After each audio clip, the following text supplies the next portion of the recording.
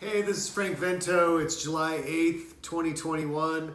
Hope you're doing well. Just wanted to check in, give you guys a little reminder.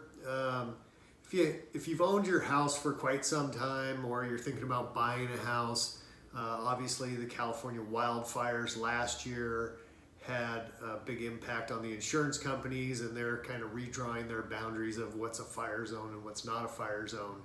So with a lot of properties right now, in rural areas or even urban areas that are heavily forested, so to speak, you're going to probably be required to go through the California Fair Plan to get insurance, and then have a supplemental plan to that for some other coverage on your property. And those rates through the California Fair Plan are not your typical $900 to $1,200, but can be upwards of $3,000, $4,000, $5,000, and even higher at sometimes. So that's for people that are looking to buy coming up soon in the next year or so. And then if you're a current homeowner and you've owned your house, say, for more than 5 years, property has gone up quite a bit. I mean, if you look at the dip we had back in 2008, prices went down pretty low. A lot of people took advantage of that and bought homes, and our values have gone dramatically up.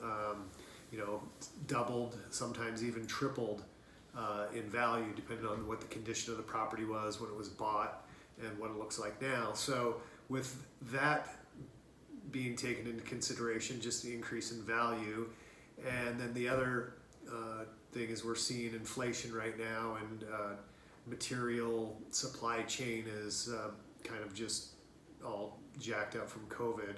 So like lumber prices, you're talking $100 a sheet for plywood. I talked to a contractor the other day. He said electrical supplies have gone up 300% in the last year. So if you own your home and you insured it, 5, 10, 15, 20, 25, 30 years ago, the value of your home was very minimal. And so, say you bought a house in 2008 and it was worth $500,000 now it's worth $1.2 million. If it burns down tomorrow for some unfortunate, unforeseen reason, the replacement value that the insurance company has on it isn't going to cover the replacement cost of your property.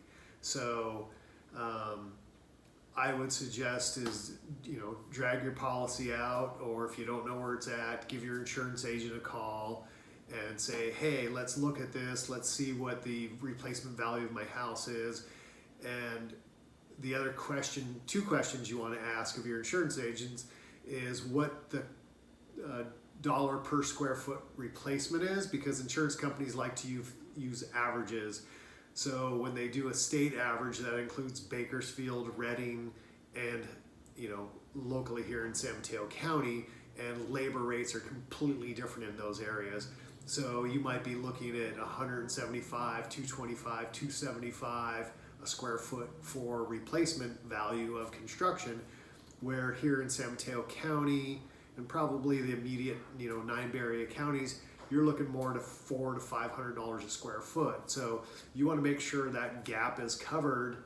And then the other thing, if you have an older home, say built anytime pre-90s or even 10 years ago, that there's another clause in your insurance policy that says that either A, the insurance company will bring it up to current code, or B, owner will bring it up to current code. And what that means is, say your house was built in the 1960s, before earthquake bracing, before fire sprinklers, before fire hardening, and a bunch of other things that have changed over the last 50 years, is for probably about $50 a year, you can have the insurance company cover the cost to bring it up to current code from when it was built in 1960s. And that's going to save you thousands and thousands of dollars by bumping your policy cost $50 a year.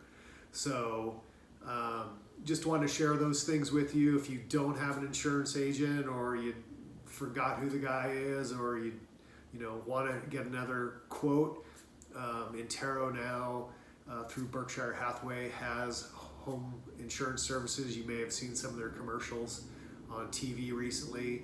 So if you want to get a second quote, give me a call. I can connect you with Jay, who takes care of our local market here. And if you have any other questions related to real estate, feel free to give me a call. As you've probably heard, it's a seller's market still.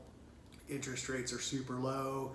Looks like we'll probably hang into this market through the rest of this year. Not sure about 2022. Don't have a crystal ball. Wish I did, but I don't. But with the low interest rates, buyer demand, lack of inventory, lack of sellers wanting to sell, we're going to see the strong market that we've been in continue at least through the end of the year, possibly beyond that. Obviously, world events can change that rapidly, but that's kind of my update for now. And thanks for watching. And if you have any questions, give me a call, 650-888-9900. Thank you.